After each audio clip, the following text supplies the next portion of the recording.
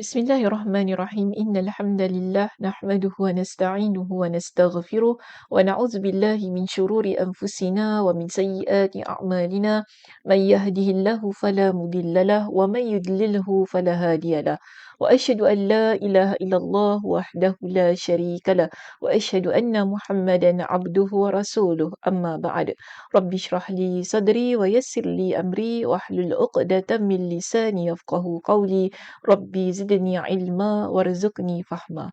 Allahumma inna nas'aluka ilman nafi'a wa rizqan tayyiba wa amalan mutaqabbala. Assalamualaikum warahmatullahi wabarakatuh. Apa khabar jemaah kita di ruangan Facebook Masjid An-Naim pada malam ini? Mudah-mudahan semuanya berada dalam keadaan yang sihat sejahtera hendaknya dan dirahmati Allah Subhanahu wa taala sentiasa. Alhamdulillah pada malam ini sekali lagi kita bertemu bagi menyambung perbincangan kitab kita iaitu Tadabbur Kisah Qurani. Dan kita sebagaimana biasanya masih lagi pada topik yang sama tetapi ayat yang berbeza. Iaitu sebentar ya. Muka surat berapa? Muka surat berapa? Tak ingat Ustazah muka surat berapa? Okey, kisah kita yang pertama masih lagi membincangkan tentang potret penuntut ilmu sejati yang mana memuatkan perbincangan tadabbur dari surah Al-Kahfi bermula daripada ayat 60 hingga 82 dan malam ini kita berada pada bahagian yang ke-6 yang mana perbincangan akan bermula daripada muka surat 61 pada ayat yang ke-66. Okey, baik. Ayat kita yang ke-66 pada malam ini ialah tentang bermulanya pertemuan Nabi Musa dan juga Khadir di situ. Jadi bila Nabi Musa alaihi salam kan dah bertemu dengan Khadir, apakah yang dialog yang diucapkan kepada beliau untuk dia menuntut ilmu dengan Khadir yang telah diperintahkan oleh Allah Subhanahu Wa Taala untuk dicarinya. Baik, so daripada ayat yang ke-66 ini bermulalah dialog antara mereka berdua dan Masya Allah pada ayat yang ke-66 kita dapati ada banyak sangat pengajaran yang boleh kita tadabbur bersama dan ada beberapa cuma pada malam ini saya ambil sedikitnya sahaja. Tak keseluruhannya insya-Allah kita akan sambung tentang tadabbur untuk ayat yang sangat ringkas ini pada minggu hadapan. Tapi hari ini kita cuma melihat kepada bahagian yang pertama sahaja. Yang mana ianya bermula daripada poin kita yang ke-25. Daripada ayat 66 iaitu Allah Subhanahu wa taala berfirman, qala lahu Musa hal attabi'uka ala an tu'allimani mimma 'allimta rusyda. Musa berkata kepada Khadir, bolehkah aku mengikutimu supaya kamu mengajarkan kepada aku ilmu yang benar di antara ilmu-ilmu yang telah diajarkan kepadamu. Surah Al-Kahfi ayat 66. Jadi ini ialah pertanyaan Nabi Musa kepada Khadir. Bila bertemu tu, Nabi Musa tak terus kata, saya nak belajar dengan awak, ajar saya. Dia tak kata gitu. Tetapi ini yang dikatakan pada poin kita yang ke-25, adab yang baik dalam bertanya. Terlebih-lebih lagi dengan seorang guru. Bila kita nakkan sesuatu, kita inginkan perkara-perkara apa pun daripada seorang guru, perlu ditanya terlebih dahulu. Jangan main buat, jangan main sergah, jangan main kita ni terus ambil sahaja ataupun minta sahaja daripada guru. Mesti ada adabnya. Dan inilah yang ditunjukkan oleh Nabi Musa AS. Walaupun baginda adalah seorang Nabi, tetapi Nabi Musa AS tunjukkan kepada kita bagaimana bila kita ni nak belajar dengan seseorang, kan? Caranya, adabnya, iaitu perlu bertanya, minta izin terlebih dahulu. Di sini Imam Al-Qurtubi rahimahullah, beliau menyatakan bahawa pertanyaan dari orang yang lembut, apa yang ditunjukkan oleh Nabi Musa itu tadi merupakan satu bentuk pertanyaan dari orang yang lembut dan pembicara yang menundukkan diri dalam adab yang baik. So jadi maknanya di situ kita nampak kan bagaimana sifat yang ada pada Nabi Musa alaihi salam. Sangat santun, sangat lembut ketika dia berhadapan dengan Khadir itu tadi. Iaitu dia tanya kepada Khadir, kan bolehkah aku mengikutimu supaya kamu mengajarkan kepada aku ilmu yang benar-benar di antara ilmu-ilmu yang telah diajarkan kepada kamu. Jadi Imam Al-Qurtubi kata apa? Ini merupakan satu bentuk pertanyaan yang diajukan oleh seseorang yang memiliki kesantunan, kelembutan, okey, dan juga cara untuk menundukkan diri kita dalam adab yang baik. Kita kadang-kadang kita memang berada pada tingkat yang begitu tinggi. Mungkin kita ada status yang tinggi. Tetapi ada beberapa keadaan kita mesti letakkan diri kita pada tempat yang sedikit menunduk. Ketika kita meminta izin, ketika kita ingin bertanya, ketika kita ingin belajar, kan? Kalau kita meletakkan diri kita pada tempat yang di atas, tak kira dalam apa jua suasana dan keadaan, inilah yang akan menyebabkan berlaku kesombongan. Sehingga lenyaplah kesantunan dalam diri kita. Maka sebab itu Nabi Musa alaihissalam ajarkan kepada kita, bila inginkan sesuatu lebih-lebih lagi daripada seorang guru, tanya terlebih dahulu. Walaupun kita tahu sebenarnya yang suruh dia cari Khadir itu ialah Allah. Yang suruh dia belajar dari Khadir itu ialah Allah. Yang seharusnya kan, dah jumpa Khadir dah, aku dah jumpa dah. Engkau ajar aku sebab Allah suruh. Mungkin begitu caranya. Tetapi Nabi Musa tetap menunjukkan kesantunan, kebaikan dalam bertanya ketika bermuamalah dengan seorang guru.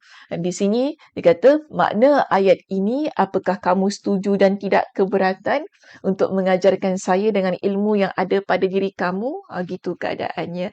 Dan Syekh Az-Zuhaili dalam kitabnya menyatakan bahawa ini adalah pertanyaan yang lembut dan beradab. Maknanya masih lagi dalam tadabbur yang sama untuk ayat ini, kita kata bahawa di kalangan para ulama tafsir, mereka melihat ini merupakan cara dan adab yang sangat santun yang perlu ada pada seorang pelajar kepada seorang murid.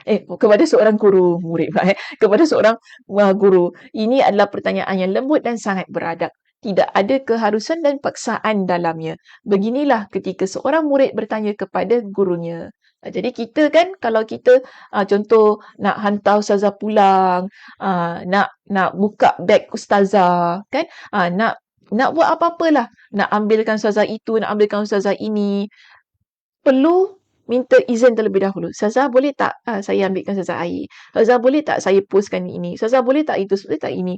Bermakna di sini merupakan satu bentuk kesantunan. Okay? Satu bentuk penghargaan dan penghormatan yang kita berikan kepada seorang guru. Kita jangan main tiba-tiba nak apa? Ni letak kat situ. Kan? Beg ustazah, ni beg ustazah buka beg ustazah, masukkan barang. Macam itu kan. Mesti belajar caranya. Jadi mesti kita tahu bagaimana adabnya. Bukan sebarangan orang boleh pegang barang-barang yang ada pada seorang guru. Bukan sebarangan orang yang boleh dekat dengan guru itu. Kan bukan sebarangan orang yang boleh untuk kita kata buat sesuatulah untuk guru tersebut. Kita perlu fikirkan tentang keselesaan, kita perlu fikirkan tentang kedekatan juga, kan bagaimana apa yang dirasa oleh seorang guru. Sebab tu di sini Nabi Musa alaihi salam, walaupun itu perintah Allah, tetap dia tanya kepada Khadir, boleh tak kan ada keberatan tak nak ajar dia? Ini adalah adab. Bagi saya common sense lah. Okey, dengan sesiapa guru mana pun kita mesti ada adab ini. Jangan tanggalkan adab tersebut kerana kemuliaan seorang murid itu ianya terletak pada adabnya pada seorang guru. Okey, so bila murid ini memiliki adab, itulah yang menjadi titik tolak yang menunjuk yang menjadikan seorang guru lebih selesa, lebih suka untuk meminta bantuan dan juga minta pertolongan untuk apa jua perkara yang diperlukan olehnya. Baik, itu ialah poin kita yang pertama. Poin kita yang kedua terdapat di poin yang ke-26 dalam kitab, iaitu murid ikut orang yang alim. Seorang murid harus mengikuti orang yang alim. Dalam firman Allah Subhanahu Wa Taala itu tadi mengandungi dalil bahawa seorang murid harus mengikuti seorang alim sekalipun berbeza tingkatan-tingkatannya. dalam slide saya ni tertinggal ya huruf M di bawah itu. Dalil bahawa seorang murid perlu mengikuti orang yang alim, bukan ali. Orang yang alim. Walaupun berbeza tingkatannya. Maknanya kadang-kadang kita ni sebagai murid, mungkin kita memiliki status pangkat yang lebih tinggi daripada guru kita. Tetapi kerana guru kita lebih alim, lebih pakar, lebih mengetahui tentang topik, tentang tajuk, tentang ilmu itu, inilah yang menyebabkan kita belajar daripada dia. So, bermakna di sini tak kira pun apa jua status kita, bila kita belajar ni, kita perlu cari orang yang berilmu, yang betul-betul tahu. Walaupun kita nampaklah daripada sudut zahirnya, daripada sudut pangkat, mungkin dia tu lebih rendah daripada kita. Sebab tu di sini dikata, sekalipun berbeza tingkatannya. Kerana kalau nak dibandingkan kedudukan Nabi Musa dan juga Khadir, pasti Nabi Musa itu dia lebih tinggi. Kan ketingkatannya. Sebab Nabi Musa ialah seorang Nabi. Khadir ialah seorang yang alim. Namun di situ kita dapati ia tidaklah membataskan ataupun tidaklah menjadi penghalang kepada Nabi Musa untuk belajar daripada Khadir. Bahkan Allah Subhanahu Wa Taala yang memerintahkan perkara itu untuk mengajar juga kepada diri kita. Bila kita ingin belajar tentang sesuatu perkara, kita tak boleh belajar dengan sebarangan orang. Kerana kalau orang itu tidak memiliki ilmu, kemungkinan besar ianya akan membawa kita kepada kesesatan. Jadi kepentingannya di sini kita fahami bahawa mencari orang yang berilmu adalah sesuatu perkara yang sangat mustahak. Supaya ilmu yang kita pelajari, apa yang kita dapat ialah perkara yang betul, berlebih-lebih lagi berkaitan tentang agama kita ya, supaya apa yang kita lakukan dalam bahagian agama ini, tentang amal ibadah, tentang hukum hakam, ianya adalah sesuatu yang kita peroleh daripada orang yang betul, orang yang tepat, orang yang pakar. Orang yang betul-betul berilmu sehingga apa yang kita amalkan pun ia menjadi perkara yang diterima oleh Allah Subhanahu Wa Taala. Baik, itu poin kita yang ke-26. Kita masuk pada poin kita yang ke-27. Poin yang ke-27 mengingatkan kepada kita bahawa seseorang tidak seharusnya meninggalkan pembelajaran dan juga pendidikan. Okey. Jadi inilah yang dibahas dengan begitu agak panjang sedikitlah dalam kitab kita yang menyatakan bahawa pada ayat yang ke-66 ini Imam An-Nasafi berkata bahawa berisi dalil bahawa tidak sayogianya, tidak seharusnya bagi seseorang untuk meninggalkan talabul ilm, iaitu menuntut ilmu sekalipun dia sudah tinggi ilmunya. Dan hendaknya dia bersikap tawaduk kepada orang yang lebih berilmu darinya. Jadi seorang dia tidak meninggalkan belajar walaupun sudah memiliki walaupun sudah tinggi ilmunya, iaitu memiliki ilmu yang banyak, dan dia mesti bersikap tawaduk kepada orang yang lebih berilmu dari dirinya. Kita begini ya, jemaah, sekarang ni kita rasa kita dah ada ilmu, tetapi sebenarnya ilmu kita sedikit sahaja. Banyak lagi perkara yang kita tidak ketahui. Maka sebab itu kita tidak boleh meninggalkan pembelajaran dan pengajian. Selama kita bernafas, selama itulah kita perlu terus-terusan menuntut ilmu agar setiap ilmu yang kita pelajari kita dapat amalkan sehingga kita nanti menghembuskan nafas kita yang terakhir. Tetapi nak beramal itu dia tak boleh hanya terus-terus beramal. Ia mesti dengan belajar, mesti dengan faham, mesti tahu kaedah, cara. Kalau tidak, kita akan beramal dengan cara-cara yang salah. Jadi ada perkara mungkin ada guru yang dia pakar dalam ilmu faraid, ada guru pakar dalam ilmu hadis, ada guru pakar dalam ilmu tafsir. Yang ini pembacaan Al-Quran. Setiap guru ada bidang-bidang mereka yang tersendiri. Jadi mungkin kita lebih banyak selama ini belajar tentang Al-Quran. Kita lebih banyak belajar tentang tafsir. Namun kita memiliki ilmu yang sedikit tentang hadis Nabi sallallahu alaihi wasallam. Maka di sinilah kita kata kita perlu belajar lagi, top up ilmu kita, upgrade ilmu kita kan, supaya kita ni faham banyak perkara dalam agama ini. Dia bukan hanya pada satu bidang tertentu sahaja. Maka sebab itu di sini kita nampak walaupun Nabi Musa adalah seorang Nabi yang bagi kita memang dia adalah seorang yang berilmu. Kerana seorang Nabi ni dia mesti berilmu. Dia mesti tahu banyak perkara. Kerana Allah Subhanahu Wa Taala yang mengutus dia sebagai seseorang yang perlu mengajar dan mendidik masyarakatnya, itu kaumnya. Jadi di sini dia tetap keluar dengan perintah Allah itu, atas perintah Allah itu untuk menuntut ilmu daripada orang lain. Menunjukkan bahawa proses pembelajaran dia sentiasa berterusan sepanjang hayat. Dia tak terhenti di situ sahaja. Kita kalau masuk apa-apa course, kita jangan kata dah sampai sinilah saya belajar, ilmu je dah dapat sijil lah, contoh kan dapat sertifikat, oh inilah ilmu saya, alhamdulillah, dah tak nak belajar lagi. Tak boleh begitu. Mesti ada perkara baru yang kita perlu belajar, yang perlu kita upgrade kan, agar ilmu yang kita pelajari ataupun yang sudah kita miliki itu ia menjadi semakin kuat dan semakin baik. Dan kadang-kadang lebih-lebih lagi tentang ilmu agama ini ya, kita perlu sentiasa belajar dan diperingatkan. Mungkin kita dah tahu dah tentang hukum hakam solat. Kita dah tahu tentang hukum hakam puasa. Kita dah tahu tentang banyak perkara berkaitan dengan umrah. Tetapi sebenarnya kita dituntut untuk sentiasa refresh ilmu kita agar kita tidak lupa. Sebab itu pembelajaran sepanjang hayat dalam ilmu agama ini sangat penting. Kita dah tahu baca Al-Quran, belajar lagi.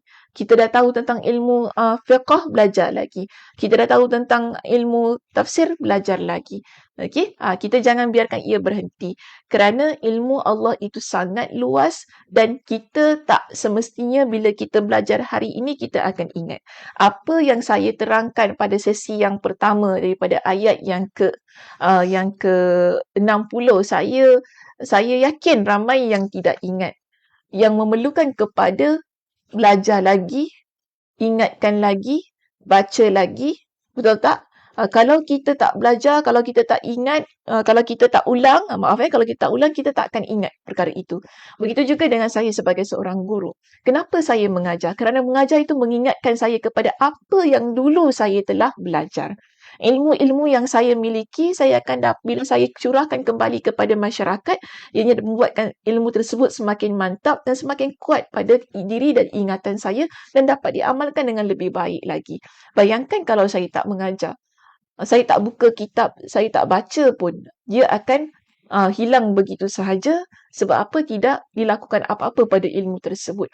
Inilah kepentingannya kenapa kita perlu belajar dan terus belajar tanpa rasa bosan. Saya tahu belajar tu penat. Okay, tapi kita belajar daripada Nabi Musa, bukan main susah lagi dia nak belajar daripada Khadir. Nak jalan tu jauh kan, sampai terlajak jalannya, sampai kepenatan, sampai hilang makanan dia. Betul tak? Bukan mudah. Allah kata jumpa Nabi Musa kena cari Khadir tu di dua laut yang pertemuan dua laut tu, mana nak cari kan, tapi tetap juga dicari. Susah nak belajar. Kita kadang-kadang ni kan, konteks sekarang ini ilmu tu bagi saya merata-rata. Buka saja Facebook, buka YouTube, boleh tengok kuliah live. 1 jam saja ceramah. 1 jam saja cerita tentang ilmu agama ini. Itu pun orang malas nak duduk dengar. Bukan perlu keluar pun, tak perlu keluar. Tetapi kita malas nak belajar. Kita malas untuk dengar, untuk mencatat, untuk mengambil ilmu. Percuma lagi. Itu pun rasa macam tak kuasalah. Buat benda lain lagi bagus. Namun kena ingat, belajar agama ianya perlu sepanjang hayat kita sampai kita mati. Dan kalaupun kita dah tahu, kita kena refresh. Supaya kita ingat. Dalil yang dulu, kalau saya baca banyak kali, mesti ingat. Kalau dengar, mungkin ikut kuliah saya di banyak tempat. Maaf Mungkin ikut kuliah saya di banyak tempat. Tetapi kerana saya mengulang kembali banyak hadis-hadis Nabi sallallahu alaihi wasallam, di situ menyebabkan pembacaan ataupun ungkapan dalil hadis itu dia jadi melekat pada ingatan kita. Oh, saya selalu baca hadis ni kan? Selalu baca hadis ni. Kita ingat. Bila kita ingat tu, inilah yang pentingnya kenapa kita perlu sentiasa belajar. Kalau belajar itu saja, lepas tu dah hilang dah. Ini dah catat, lepas tu tutup kitab, habis cerita dah. Dah tak ada dah nak ulang lagi. Tapi bayangkan kalau kita attend lagi kelas yang lain, kena belajar lagi topik ini kan. Mungkin dah belajar kat tempat kelas Sakinah, tapi ada juga ustazah lain ataupun ustaz lain yang mengajar. Kita rasa, oh saya nak refresh lah balik ilmu saya tu, tak salah. Tak jadi masalah. Bahkan itu sangat digalakkan. Okey. Jadi itu kata keperluan seseorang kepada ilmu jauh melebihi keperluan kepada makan dan minum. Selama bernafas, dia memerlukan kepada ilmu. Baik, seterusnya. Poin kita yang ke-28. Tidak rasa cukup dengan ilmu yang dimiliki. Sebenarnya ini samalah juga dengan poin kita yang sebelumnya, iaitu seorang mana tadi? Tidak meninggalkan talabul ilm, tidak meninggalkan menuntut ilmu. Jadi orang yang ada ilmu, dia tak perlu rasa cukup dengan apa yang dia ada, dia mesti untuk upgrade, perlu untuk sentiasa belajar. Kan? Sebab tadi kita dah tekankan, belajar ini ialah proses sepanjang hayat. Ia tidak boleh berhenti selama kita bernafas. Jadi apa yang kita ada jangan rasa cukup. Kita perlu tambah. Dengan ilmu ni, ia perlu tamak. Okey, kita perlu tamak dengan ilmu. Tak boleh rasa malu bila nak belajar. Mesti berani untuk belajar. Sebab kadang-kadang ada orang dia tak berani nak belajar. Tak berani tu maksudnya kadang-kadang tak berani nak pergi masjid, tak berani nak duduk dengan orang yang dirasa macam baik kan, tak berani untuk ada persekitaran yang baru, tu maksudnya. Jadi kita kena kikis perasaan-perasaan yang begini, sebab syaitan memang sengaja berikan kepada kita dengan perasaan-perasaan untuk takutkan kita, jangan pergi tempat tu semua tempat orang baik-baik, nanti kau pergi kan, diorang ngumpat hal kau. Saja dia cakap gitu pada kita kan, supaya kita pun tak jadilah, nanti kan diorang cakap gini, malulah. Dia macam tu. Jadi orang yang nak belajar, dia mesti dia rasa malu, tak takut dan tak sombong. 3 perkara ini perlu ada pada diri kita. Okay. Kalau maksudnya tak perlu ada pada diri kita. Maksudnya bila nak belajar, jangan malu. Bila nak belajar, jangan takut. Bila nak belajar, jangan sombong. Barulah ilmu tu kita boleh dapat. Kalau kita malu, kalau kita takut, kalau kita sombong, dia memang tak ke mana lah. Kan? Memang tak ke mana. Kalau dia belajar pun, dia cuma waktu tu saja. Ilmu tu susah nak melekat pada diri dia. Jadi, kita kalau sombong masa belajar, alah ni dah tahu. Alah ni dah belajar hari tu kat sana. Alah ni ustaz tu dah cakap. Cakap lagi. Tak tahu. Ini namanya sombong. Betul tak? Ni sombong namanya. Jadi, kita tu maknanya kita rasa kita cukup dengan ilmu yang dulu kita belajar lah masa kita zaman kanak-kanak. Mungkin zaman 80-an. Itu zaman saya. Mungkin kita belajar masa kita kecil-kecil, teenagers kan. Sekarang umur kita dah 60, umur kita dah 40, dah 50 kan. Tak payahlah belajar-belajar. Dulu kecil-kecil dah belajar. Dia tak boleh begitu. Tak cukup. Mesti ada upgrade-nya. Perlu diperbaiki, perlu lagi diperhalusi. Mungkin dulu kita belajar sikit-sikit je, tak cenggol kan. Sekarang kita belajar lebih detail, lebih faham. Dulu masa budak-budak belajar pun sebab mak suruh kita belajar. Jadi masuk telinga kanan, keluar telinga kiri. Tahu pun tahu-tahu gitu sahaja. Maknanya tak cukup tau kalau begitu. So, bila kita belajar sekarang ini, kita belajar dengan lebih detail. Kita baca dalilnya, kita faham dalilnya. Ustazah syarah pula dalil itu. Oh, subhanallah. Kan Masya Allah di situ. Kita dapati bahawa ilmu yang kita pelajari semakin mantap. Jadi tak boleh berpadalah dengan apa yang kita ada pada suatu masa dahulu. Ia perlu sentiasa kita perhalusi supaya makin mantap amalan kita dalam agama ini. Jadi, dikata tadi tidak membuatnya cukup dengan ilmu yang dimilikinya. Baik, seterusnya. Poin kita yang terakhir pada malam ini. Menjaga adab kepada seorang guru. Kan? Dia kata di sini, poin yang ke-29, ini adalah faedah lain yang terkandung dalam surah Al-Kahfi ayat yang ke-66. Iaitu bahawa seorang murid harus menjaga adab kepada gurunya. Didatangkan kepada kita dengan pendapat daripada Syekh As-Sa'di, dalam kitab tafsirnya lah, yang mana dia menjelaskan bahawa di antara faedah dari kisah Musa, iaitu Nabi Musa, ialah hendaknya seorang murid menjaga adab kepada gurunya serta berbicara dengan perkataan yang paling lembut kepada gurunya. Sebagaimana ungkapan Nabi Musa alaihissalam, bolehkah aku mengikutimu supaya kamu mengajarkan kepada aku ilmu yang benar di antara ilmu-ilmu yang diajarkan kepadamu? Beliau mengeluarkan kata-kata dengan bentuk kelembutan dan musyawarah. Kalau tadi, kalau kita rujuk pada poin kita yang pertama ialah kita dapati bahawa itu merupakan satu bentuk yang kita panggil meminta izin daripada seorang guru sebelum melakukan apa-apa. Tak boleh main ikut saja, tapi kena minta izin sedemikian. Jadi di sini pada poin yang ke-29 menguatkan sebenarnya poin kita yang pertama tadi, iaitu yang ini yang ke-25, adab yang baik dalam bertanya. Poin yang ke-29 menguatkan lagi perbincangan pada poin kita yang ke 27 tadi. 27 ke? Maaf, 25 maaf 25. Maka di sini Syekh As-Sa'di kata ini adalah satu bentuk satu contoh seorang murid perlu menjaga adab kepada gurunya serta berbicara dengan perkataan yang paling lembut, dan ini juga kata-kata yang mengikrarkan bahawa beliau ingin belajar darinya. Kita serius nak belajar. Dia bukan hanya macam, alah duduk-duduk je lah. Tengoklah dia cakap apa. Kalau bagus, stay lah. Kalau tak bagus, sudahlah kan. Kalau kelakar, duduk. Kalau boring, rasa nak mengantuk je. Alah, sedikit keluar dalil, sedikit keluar hadis Nabi, sedikit keluar ayat Quran. Tak ada kelakar-kelakar pun, boring je lah. Tak apalah. Lepas tu aku belah angkat kaki, sudah. Mungkin ada orang yang belajar macam itu. Dapat contoh saya. Ada orang yang belajar macam itu kan.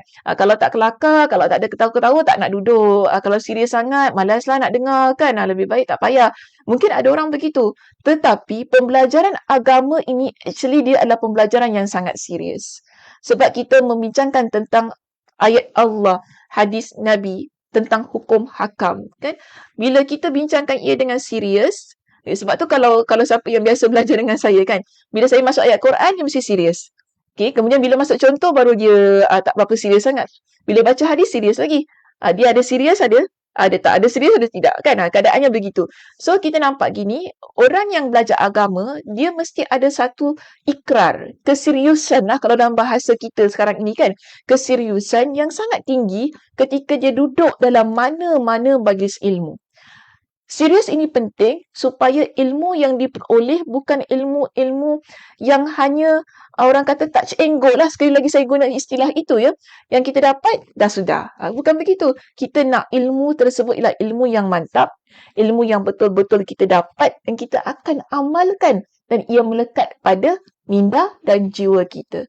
Jadi ini namanya serius yang diinginkan oleh Nabi Musa AS. Maka sebab itu dia beritahu kepada Khadir itu tadi tentang niat dia. Dengan cara yang sangat santun supaya dia diberi keizinan untuk ikuti dan permintaan itu menunjukkan keseriusan dia untuk belajar. Bukan hanya sekadar nak tengok-tengok, nak dengar-dengar tetapi memang nak belajar.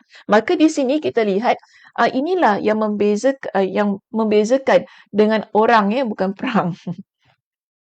Saya pun inilah namanya kalau kita buat slide tu dalam keadaan yang kelam kabut, minta maaf. Tak apa, nanti bila dah dapat slide-nya boleh dibetulkan sendirilah. Kalau semua perkara Ustazah nak betulkan, itu namanya senang sangat kan. Tak apa. Cuba betulkan nanti bila dah dapat slide-nya, betulkan semula. Maka di sinilah dia kata menunjukkan perbezaan antara orang-orang yang kasar atau sombong yang tidak menampakkan rasa keperluan kepada ilmu di hadapan seorang guru. Itu berbeza. Kalau orang yang sombong, orang yang kasar, orang yang rasa dia tak perlukan kepada ilmu itu, dia duduk dalam mana-mana majlis ilmu, dia akan duduk dalam keadaan yang cakap kau kan, yelah itu je nak buat apa nak cakap pasal benda-benda macam ini, buat apa nak gini. Dia akan memperlekehkan apa yang guru itu sampaikan walaupun yang disampaikan ialah berkaitan dengan ilmu yang mantap dan tepat. Kadang-kadang ada orang yang begitu. Jadi kalau kita perlukan kepada ilmu, kita mesti tunjukkan keseriusan dalam belajar. Antara yang boleh saya berikan contoh kalau kita nak apply pada konteks kita hari ini, bila kita belajar, kita buka buku, ada buku, kita catat, kita letakkan poin-poin yang penting, kita gariskan, kita highlight, buat nota. Ini namanya serius ketika belajar. Ustazah nak mengajar pun buat nota. Ustazah nak mengajar pun buat nota. Buku kau nak jadi apa dah tak tahu dah. Buku pun dah bercatat sana bercatat sini kan. Dia punya sticky notes pun dah tebal. Akhirnya buku tu dah terkoyak dah. Kalau guru menunjukkan keseriusan ketika dia nak mengajar, murid yang nak menadah ni, yang nak mendengar ni, dia lebih-lebih perlu serius. Supaya apa yang dia peroleh tu kan, dia tak macam orang kata, kita ni ada, maaf saya kata macam ni lah. Kita ni ada binatang tunggangan. Kita nak stop tau dekat mana-mana. Kita tak ikat. Kita biarkan dia berkeliaran. Padahal itu harta kita. Sebab tu ilmu ni dia perlu diikat. Ikatnya bagaimana? Dengan mencatat. Dengan menghafal. Barulah ilmu tu akan melekat. Tapi kalau kita tapi masalah juga kalau catat. Kalau catat kemudian lepas catat tutup buku lah, tak ada apa lah. Nanti minggu depan kita buka lagi topik baru. Oh, gini tak ingat lagi dah apa yang lepas tu kan. Sebenarnya mencatat tu ialah tujuannya untuk kita dapat ulang kaji balik.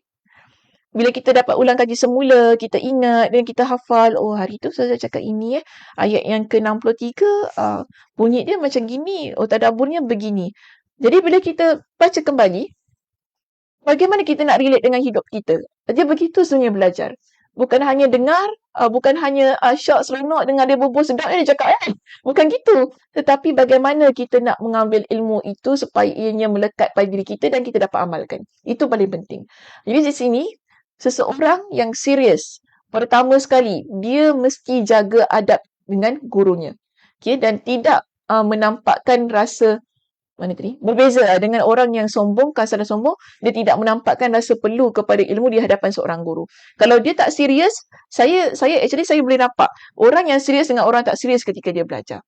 Orang yang kalau tak serius ni dia akan ambil sambil lewa lah. Tak kisahlah kan apa dia nak cakap. Dia kan dengar saja, tak buat apa-apa, tak ada menunjukkan respon, tak ada itu, tak ada ini. Kan dia macam budak-budak kalau ikut mak pergi kuliah begitu keadaannya. Itu tak serius. Kalau kita nak tahu macam mana orang serius dengan tak serius belajar ni, cuba tengok budak-budak yang dia bukan budak sangat lah. Mungkin umur dia dalam, nak cakap 20 tu actually dah besar Tapi kadang-kadang ada anak-anak yang kita terpaksa dia untuk ikut kita belajar. Kan? Kalau kita tengok anak-anak yang dipaksa mak untuk datang belajar ni, memang tak serius lah. Duduk sekadar memang mak ajak. So, dengar pun dengar gitu. Bila nak habis, lampaknya lah, panjang lah, bebel lah, apa. Dia tak ada keseriusan maknanya. Tapi orang yang serius, dia akan dengar, dia akan teliti, dia akan catat, dia akan berikan respon pada setiap butir bicara seorang guru. Sehingga kita panggil sebagai ada interaksi. Walaupun kadang-kadang ustazah tak tanya tau. Tetapi kerana daripada gestures kita, daripada tindakan ataupun gerak-geri kita tu, mimik wajah kita, riak wajah kita, itu dah nampak dah ada serius ataupun tidak. So ini penting. Dengan tujuan juga untuk menjaga adab kita kepada seorang guru yang sedang mengajar di hadapan. Okey, baik. Itu sahaja perbincangan kita untuk malam ini. InsyaAllah kita akan sambung lagi. Ada banyak lagi yang perlu kita tadabbur untuk ayat kita yang ke-66 dalam surah Al-Kahfi itu tadi. Jadi mudah-mudahan untuk malam ini itu sahaja. Bagi saya dah cukup banyak juga yang dapat kita pelajari. Yang mudah-mudahan apa yang kita bincangkan ianya dapat menjadi satu bentuk kesedaran bagi diri kita sebagai seorang pelajar, sebagai seorang murid, bagaimana adab kita dengan guru dan bagaimana keseriusan kita ketika kita menuntut ilmu dengan seorang guru.